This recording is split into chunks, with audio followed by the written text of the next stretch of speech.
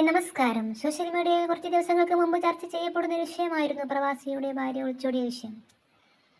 കാമുകന്റെ കൂടെ പോയ ഷാലയുടെ ഇപ്പോഴത്തെ അവസ്ഥ നോക്കൂ. നമ്മുടെ നാട്ടിലെ സ്ത്രീകളുടെ അവസ്ഥ എന്ന് പറഞ്ഞാൽ ഇക്കരെ നിൽക്കുമ്പോൾ അക്കരെ പച്ച എന്നുള്ള രീതിയിലാണ് അവസ്ഥ.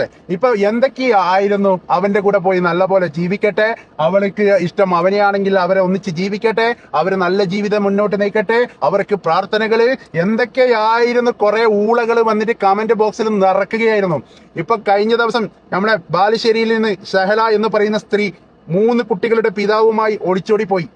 അവസാനം അവരെ കണ്ടെത്തി ബാലുശ്ശേരി പോലീസ് സ്റ്റേഷനിലേക്ക് കൊണ്ടുവന്നു. അവിടെ വെച്ച് അവരോട് ചോദ്യങ്ങളും കാര്യങ്ങളും അന്വേഷിച്ച സമയത്ത് ഈ സ്ത്രീ ഇപ്പുറം നിന്ന് അപ്പുറം പച്ചയാണ് എന്ന് പറഞ്ഞ് പോയ സ്ത്രീ, ക്രൂരമായ മർദ്ദനമാണ് ആ സ്ത്രീക്ക് ഇവനിൽ നിന്നും കിട്ടിയത്.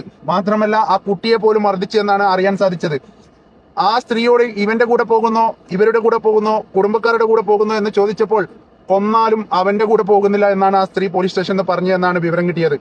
ഭർത്താവ് ഏറ്റെടുക്കാൻ തയ്യാറല്ലാത്തത് കൊണ്ട് തന്നെ സ്വന്തം വീട്ടുകാരുടെ കൂടെ ആ സ്ത്രീ പോയി. അപ്പം നിങ്ങൾക്ക് ഇത് മാത്രമല്ല, ഈ കൂടെ പോയവൻ ഇവൻ എന്ന് പറഞ്ഞാൽ പക്ക ക്രിമിനലാണ്. അവന്റെ പേരിൽ വേറെയും കേസുകളും കാര്യങ്ങളൊക്കെ ഉണ്ട് എന്നാണ് അറിയാൻ സാധിച്ചത്.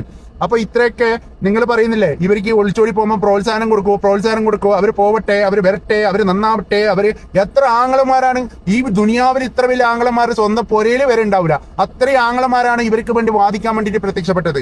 അവസാനം ഉദ്യോഗസ്ഥരുടെയും ജനങ്ങളുടെയും ഇടയിലും അവന്റെ കൂടെ കുറച്ചു കാലം.